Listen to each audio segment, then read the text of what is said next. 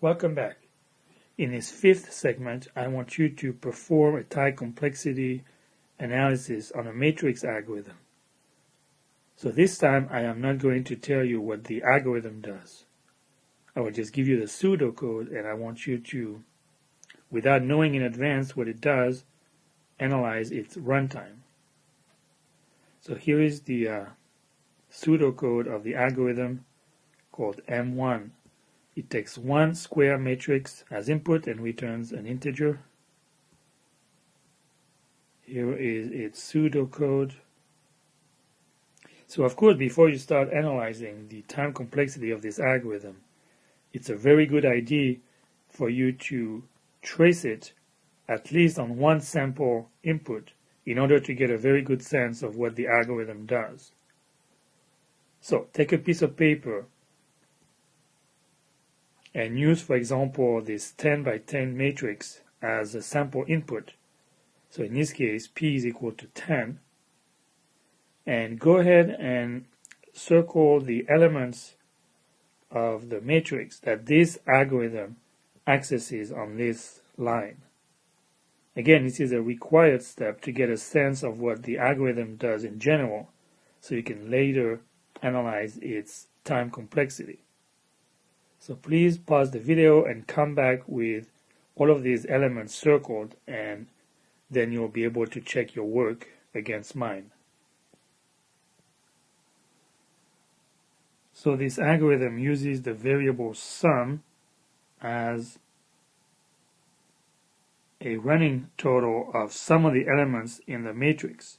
So it's initialized to 0, then it's incremented with some of the elements in the matrix, and then return as a final value. So your task was to trace this algorithm and to figure out which of these elements of the matrix, if not all of them, are added to the sum. So we have a for loop that goes through all of the rows. Notice the reason why I call this variable r is because r is used as the first index into the matrix. So it's a row index. But of course, I could have made it a little bit harder by calling this variable by any other name. So don't rely on the name of the variables to figure out what they mean. Just look at how they are used. In any case, this is going through all of the rows in the matrix, and C is going through some of the columns starting at column 1, and then the number of the column is multiplied by 2 every time. So initially R is equal to 0, C is equal to 1. So during the first iteration, 1 is less than 10. So the first element to be added to the sum is A sub 0, 1. Then C is multiplied by 2. C is still less than 10, so A sub 0, 2 is added to the sum. Now C is multiplied by 2. 4 is still less than 10, so the element sub A sub 0, 4 is added to the sum. And so on and so forth. You can see that the column index is multiplied by 2, so the next one is going to be 8. 8 is still less than 10, so A sub 0, 8 is added to the sum. The next value of C is 16. 16 is not less than 10, and therefore the while loop exits. Now we're back to the top of the outer loop. R is equal to 1, and you see that for the second row, row index 1, all of the same columns are going to be touched. 1, 2, 4, 8. The same thing is going to happen all the way down the matrix, down to the last row, row equals 9. So these elements are going to be touched and added to the sum, and more specifically, all of the elements in each one of these columns are added to the sum. So what this algorithm returns is the sum of all the elements in the columns whose indices are powers of 2. Notice 2 power 0 is 1. This is column 1. 2 power 1 is 2, this is column 2, 2 power 2 is 4, this is column 4, 2 power 3 is 8, and so on and so forth. Again, this is not a very meaningful algorithm, but you should be able to trace it and figure out what it does. So after you've understood the behavior of the algorithm under consideration, you can start performing the time complexity analysis. As always, we need to decide how to measure the size of the input. As before, we're going to choose n to be equal to p, the number of rows in the input matrix. What are the primitive operations that we're going to count in this algorithm? Well, by now you should have realized that the main factor that drives the runtime of the algorithms are always the operations that are executed inside the most deeply nested loop. So here we have an outer loop, we have a nested while loop. So the instructions that get executed the most often are the ones in here. So instead of being very precise now and counting exactly the number of comparisons or additions, what we're going to do is essentially count how many times this set of lines is executed. In fact, we can just pick one of them inside the inner loop. So the primitive operations for us are going to be basically the executions of this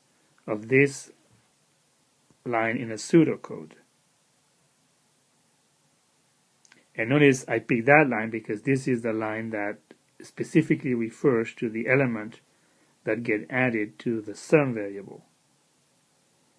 So now we're ready to perform the worst case time complexity analysis of this algorithm by counting how many times this line of pseudocode gets executed for an input matrix of size n. Since every execution of this line of pseudocode adds a single element of the matrix to the sum, the payoff for all the work we did before in tracing and understanding the algorithm comes down to the fact that the number of times this line is executed is exactly the number of elements that are added to the sum in the matrix. So all we have to do now to answer this question is simply to count the number of elements in the matrix that are circled in blue.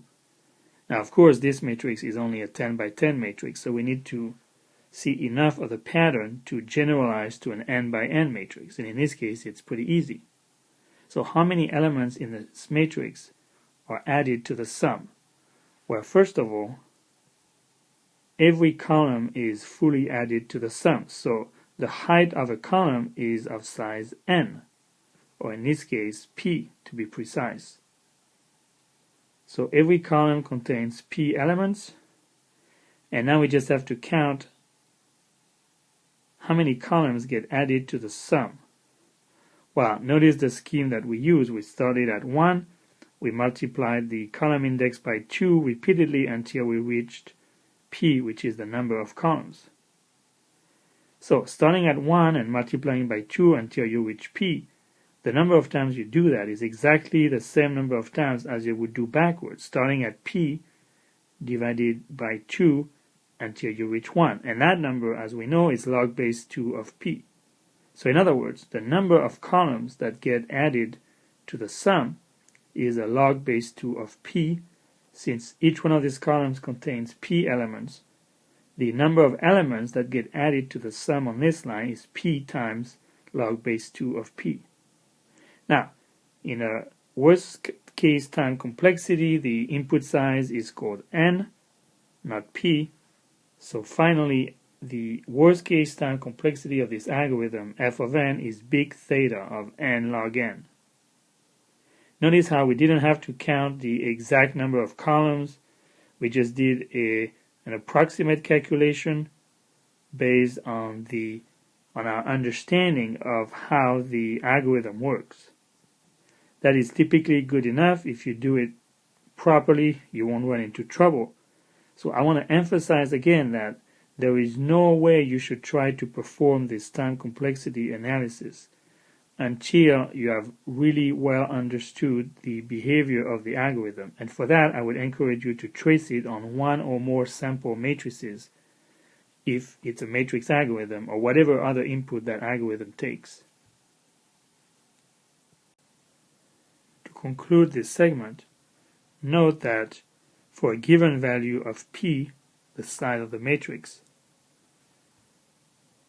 the same elements are always going to be added to the sum variable. There's no way to exit the loop early here. In other words, the worst case time complexity of this algorithm is no different from the best case nor the average case time complexity.